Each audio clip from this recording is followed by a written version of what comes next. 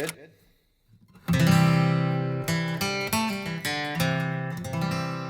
We had quite a week this past week. For anyone who made it out to the Jeff Polen Music Ministry banquet on Saturday night, thank you for coming. I hope you had an awesome evening. I hope you were encouraged, inspired, and blessed. I know that you experienced amazing food from Kidder Town & Country, and I hope that you enjoyed hearing songs from the upcoming album, We Are Loved, which is set to officially release on November 16th. If you missed the banquet, we are planning to premiere the virtual banquet this Saturday evening, October 23 at 6 p.m. on YouTube. I hope you can tune in or watch after the premiere. The ministry banquet was obviously a big deal for us. We put a lot of time, energy, and effort into it, but it wasn't the only thing we had going on last week. We also took a trip as a family to Baltimore, Maryland. On the morning of October 9th in Baltimore, Jody ran her first full marathon. Now, we had been training together for months leading up to that day, and she had a goal of finishing within 5 or 6 hours, but she crushed her goal. She ran it in 4 hours and 47 minutes. I had the privilege of running with her and encouraging her every step of the way, but the truth is that her hard work and awesome attitude was a huge encouragement to me.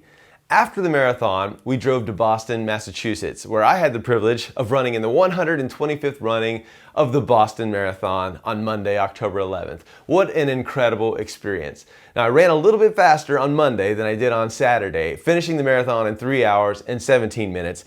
But I didn't really have a goal in mind that day. In fact, I never even looked at my watch for the entire 26.2 miles. I just ran and tried to enjoy every moment. So we've been running a little hard these days, and all of this running reminds me of something from Hebrews chapter 12. Since we are surrounded by so great a cloud of witnesses, let us also lay aside every weight and sin which clings so closely, and let us run with endurance the race that is set before us, looking to Jesus, the founder and perfecter of our faith, who, for the joy that was set before him, endured the cross, despising the shame, and is seated at the right hand of the throne of God. Hebrews 12, verses 1 through 2.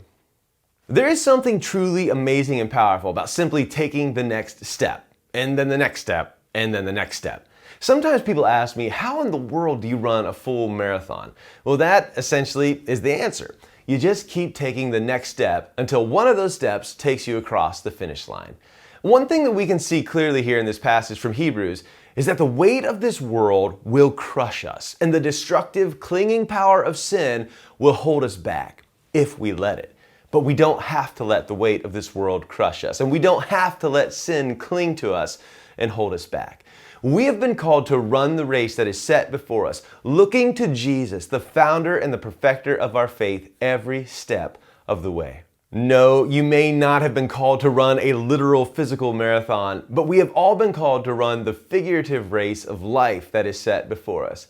And for those of us who have put our faith in Jesus Christ alone for eternal salvation, we have been empowered by the Holy Spirit to run that race well. Jesus was called to run his race directly to a rugged cross. He took the full weight of our sin and our shame upon his shoulders. And the writer of Hebrews tells us that he did it joyfully, knowing that it would mean we don't have to carry that sin and shame on our shoulders. We can be free. We can run our race joyfully as he did, knowing that he is seated at the right hand of the throne of God and that he has sent us his Spirit to empower us for the next step and the next step and the next step. Now today, I want to encourage you to ask yourself, am I running the race set before me with endurance and joy? If not, why not? Are you carrying the weight of the world? You don't have to. Are you allowing sin to cling to you? Don't. Throw it off. Run with endurance. Fix your eyes on Jesus and simply take the next step forward.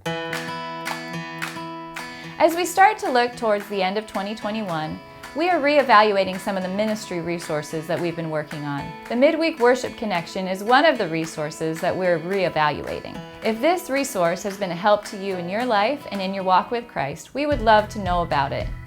Please leave us a comment below and let us know how God has used the Midweek Worship Connection in your life.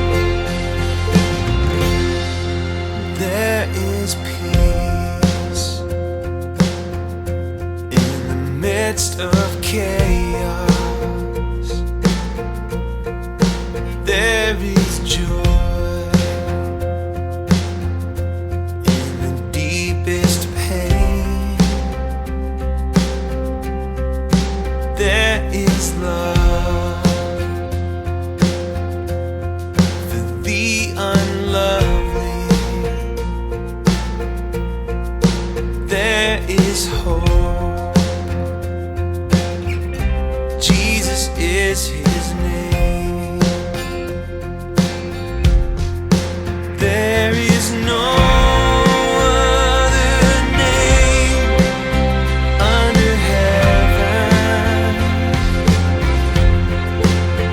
by which we all can be saved. When there is nowhere else to turn, there is somewhere else to turn. There is refuge. Jesus is his name.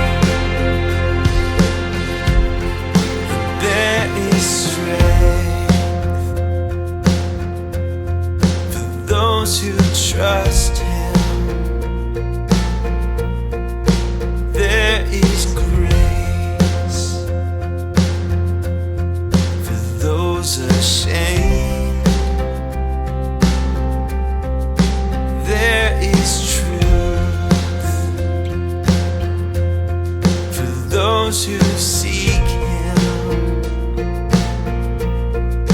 There is hope. Jesus is his name. There is no other name under heaven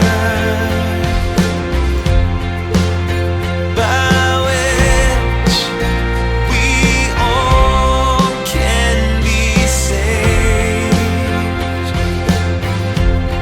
When there is nowhere else to turn, there is somewhere else to turn. There is refuge. Jesus is his name. Jesus saves. Jesus saves. There is hope in his name. Jesus saves.